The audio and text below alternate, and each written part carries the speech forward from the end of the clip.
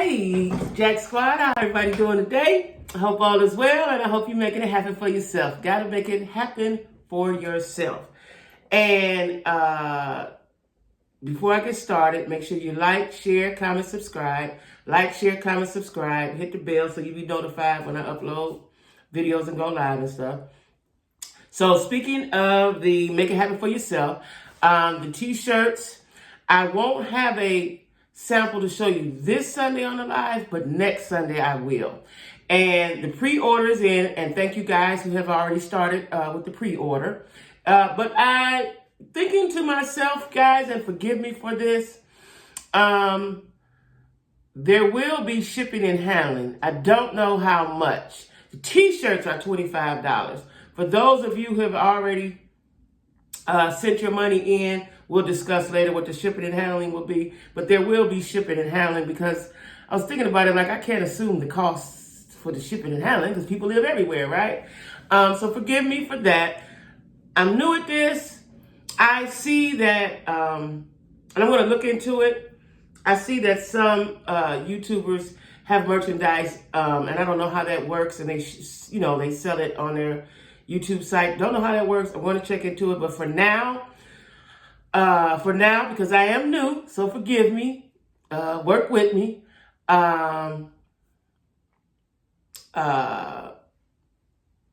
going to do it through the email and the Cash App, okay? And again, thank you for my subscribers that have already started the pre-order process. Like, I'm so excited, y'all. I'm so excited, right?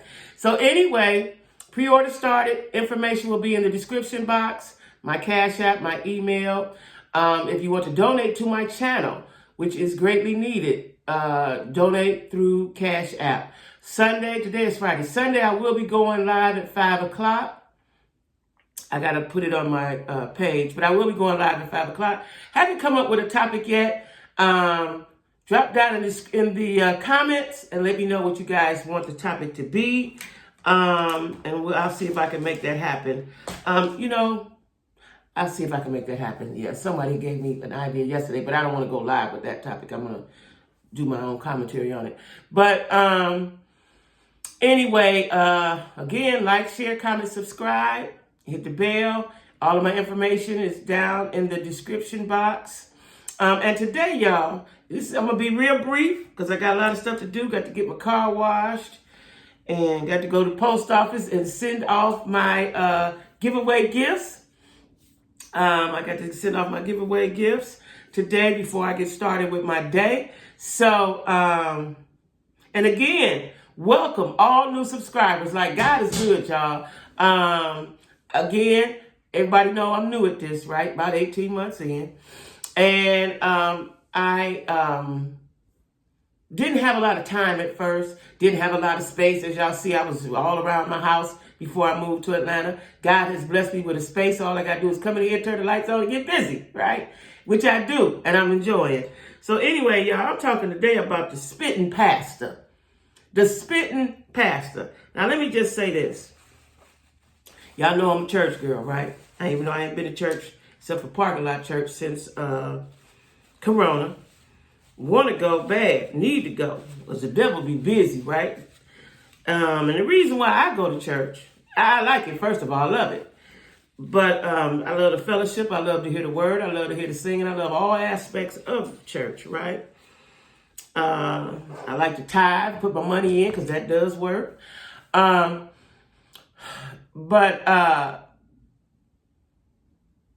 people do different things in different places, right? Got to be careful where you go. I learned that as a really young woman. Let me tell y'all a story. This is a church story. I ain't never told y'all a church story, right?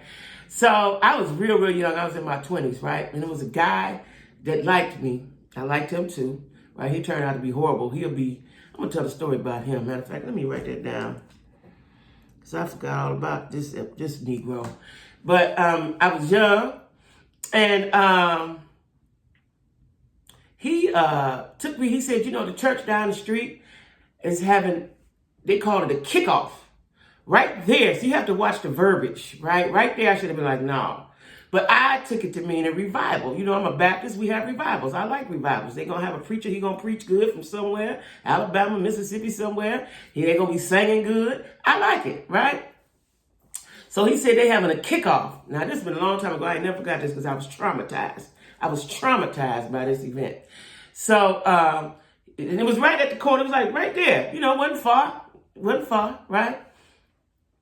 So we go around here to the kickoff, right? Now, I remember the name of the church. And for people who are from Cleveland, they're going to remember this too. It ain't there anymore, but it was called Bible Way something. Something, right? Now, let me tell y'all this. And I ain't trying to offend nobody, other church folk. I ain't trying to offend you. I'm saying for me. I'm a Baptist. I will go to other churches for the experience, or if they're having a concert or somebody say, come on, let's go, I will go, right? But for me, a church need to say so-and-so Baptist church, so-and-so missionary Baptist church. Therefore, I know they teaching the same stuff I've already been taught, right? And I'm going to tell you why. So I go to this church, you know, and what I know, and again, I'm not offending anybody, but if it got some funny kind of names that don't come out the Bible, I'd be leery of that kind of stuff, right? So anyway, we go to the church. And everything was fine. They were singing. I'm trying to remember, had they preached yet? I don't even know if we got to the preaching, right? Because all I remember is this episode because it was traumatic to me, right?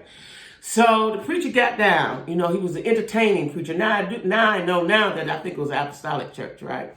Don't know if it was Pentecostal. There's a difference. I don't know what the difference is. But it wasn't Church of God in Christ. It was just a Pentecostal church, I believe, right? So I didn't know. You know, at that time, I was in my early 20s. I thought all churches were churches, unless it was Catholic or Methodist. You know, I ain't know about all the stuff, right? So he came down on the floor, and he had his microphone, and he said, "Do y'all want to see a miracle?"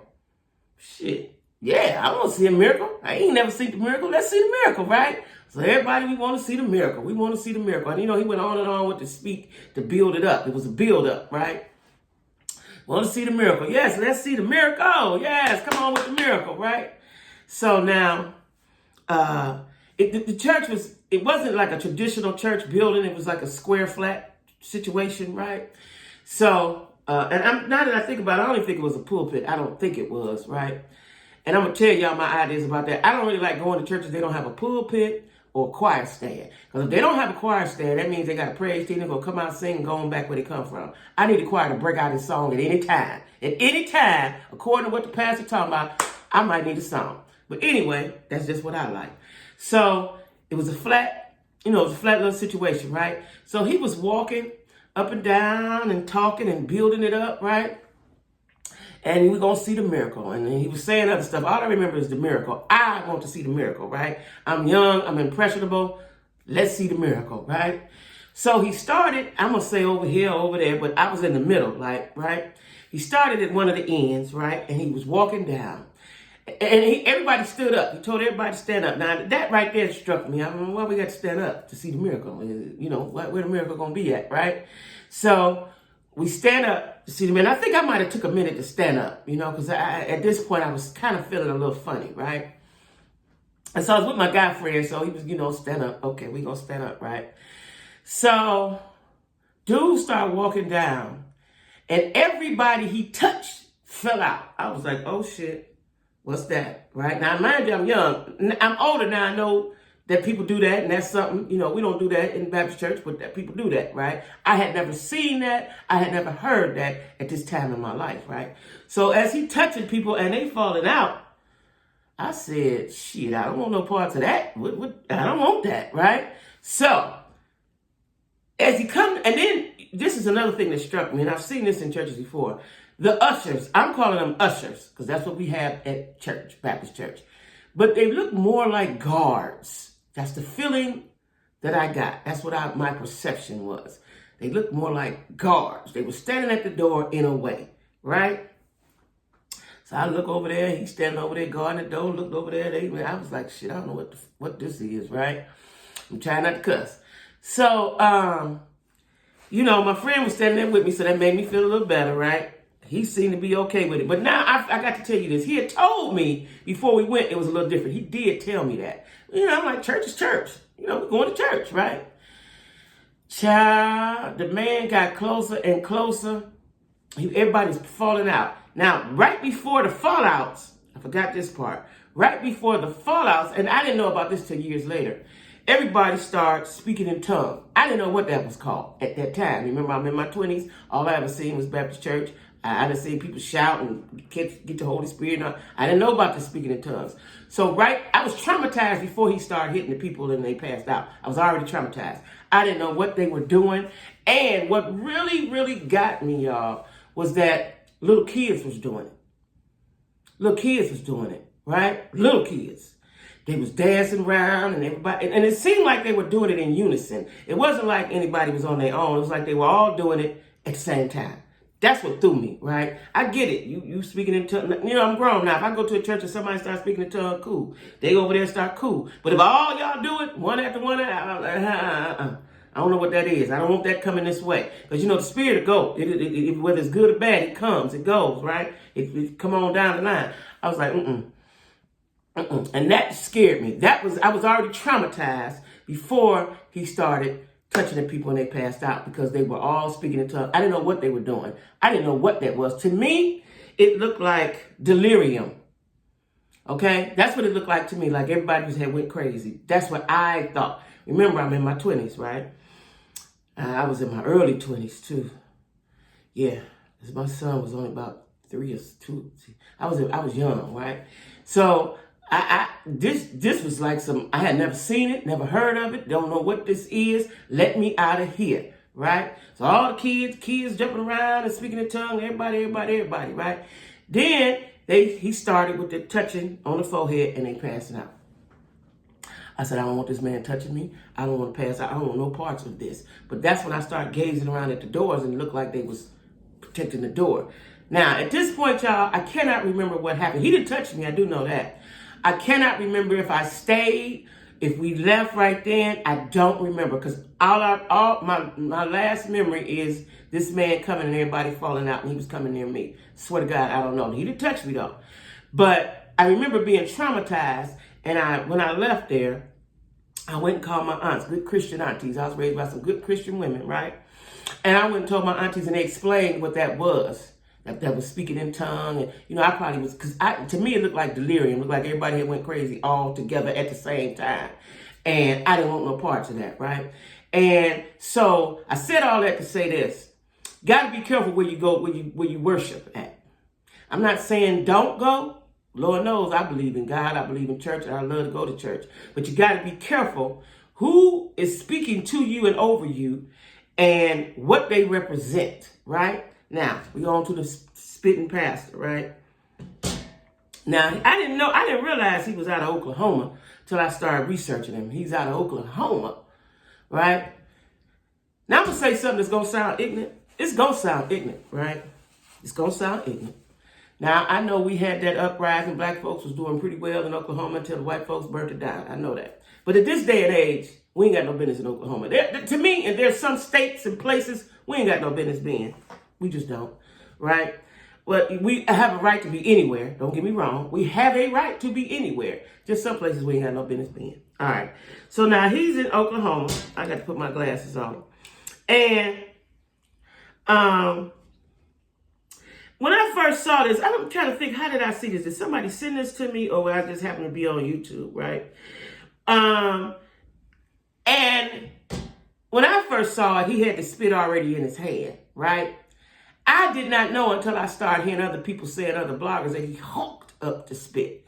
Now, right there, I don't care if he had been my pastor. Right now, I love my pastor to death in Cleveland, Ohio. He's still my pastor, will always be. And I've moved twice and live in Atlanta. If I go to church right now, and I know this man been going there 25 years. If I go to church and he hulk up in his hand some spit, me and my friends are sitting around, we going to look at each other, and we're going to say he done lost his mind. That's what we going to say, right? And I probably won't go back unless somebody tell me he done lost his mind temporarily. He had a seizure. Something that was happening, right? So when I saw it, like I said, the spit was already in his head and he was talking, he was telling the story, right? And then he rubbed it. And it was a man with his, I think the man had his back to him, right? Didn't know who the man was. I now know that the man is his brother. I wouldn't give a damn if he was my twin, my daddy, my mom. You can't, that, let me tell y'all something about spit. When I was in school, even now, when I was in school, you knew not to spit on nobody. Spit would get your head split to the white meat and all the other shit up under there, right? Spit is nasty, period. That's a body fluid. Spit is nasty. Now, besides it just being nasty, we are in a deadly, this is the part people keep forgetting, deadly pandemic, right? You had the nerve to hawk up at, when I saw it the second time, I saw the video, I saw that video, he did that and he rubbed it, and he was talking and saying what he was saying, and then he put it on the man's face, and the man stood there still, didn't flinch, didn't do this, didn't do that, nothing, right? I said, well, what in the nasty is going on here, right? Didn't think too much of it till it blew up, because I'm like, people do weird stuff in church. I know that by that little episode I told y'all about. So I'm careful where I go, right? I was looking at a panel of people or something, and they were saying the man hawked it up. So I said, let me go back. Let me search for it. The man was talking, and like when you got a cold, and you want to get that cold from the back of your throat, it's down up in here, you want to get it out. That's what he did. Now, I don't know if he got a wife, a friend, somebody to have told him, don't, listen, that is the most disgusting thing a pastor can do. Besides have sex with you right on the pulpit. That was horrible. That was horrible. And I'm trying to figure out why he thought that was cool. And did you had to have run that by, bruh, man. What I think even more strange, besides him hawking up the spit and putting it in his hand and putting it on that man's face, was the man. What's wrong with you? Did you let bruh do that to you? I wouldn't care if he was my brother, my cousin, my mama, my daddy. You could, and then he rubbed it. And then it was over. It was disgusting, y'all. It was disgusting because it sat there. And the man stood there. Now, he telling his story. He telling his parable about Jesus. Let me see what he said, why he did that. What did he say why he did that? Hold on. It was illustrating a Bible story in which Jesus healed a blind man by spitting on his hands and then touching the man's eyes. Okay, you ain't Jesus. A lot of these pastors think they're God. You are not. You are mortal. You are mortal. You are a mere man. You are not Jesus. Okay? You're not Jesus, right? And people have to stop looking at these pastors like they're the it and the all. That's number one, right? They're human. They're just like us. They're human. They may have a word from God. I don't believe he got a word from God. Pastor, what's his name? Pastor Michael Todd did not get that word from God to do that. That's something he did on his own. He thought that was going to be cool, right? Now, I don't know if he did that to go viral, if he did that so people to know who he is. But listen, you can be known for the wrong thing. You don't want to be, I guess people do want to be known, want the whole world to know them. I don't think I want the whole world to know me. But you put yourself under a lot of scrutiny, like I told y'all before. But to be known for the wrong thing or for the bad thing, you don't want that, right? Now, he will forever be known. Y'all see how I said when I first got here, the spitting pastor? I knew his name was Michael Todd, but we're going to call him the spitting pastor because now y'all know who I'm talking about. The spitting pastor. Just like the cussing pastor, we got the spitting pastor, right? Y'all, the world has went crazy. And I don't know if it's because of the pandemic. Like for me, I pretty much, even though I'm outside every day, I'm with myself. I've been on a few dates here and there. I've seen my kids a few times. Like my son might come today, and I just thought about it, like, shit, he going somewhere else when he get here. If he come here, I'm careful. I haven't really hugged my kids. I'm a hugger. I haven't really hugged anybody. I'm a hugger, right? And so, again, we're in the middle. I ain't gonna say the end, because this ain't the end. Because people won't sit down, for one. And that's a whole nother, I don't want to get on that tangent right now. But to spit, to hawk it up. He didn't go just like, psst. He hawked it from back there, way back around back there, right? And put it in his hand and rubbed it together. Like, Now, this is what I want to know. What was the conversation to the brother before you did that? Somebody said the brother, somebody said the brother-in-law. I don't care what he was. What was the conversation? Was it, hey, man, listen, this Sunday, I'm going to call you up on the stage, right? And then I'm going to do something to you because I want to prove something to the people. I want to illustrate something to the people, right? You know, I'm going to spit, a good spit. I'm going to do a good spit, right? Good glob spit, right? I'm going to put it in my hand. I'm going to stir it up with my finger. And then I'm going to smear it on your face. Cool? All right, cool. That's what we're going to do. Like, how did that conversation even go? What?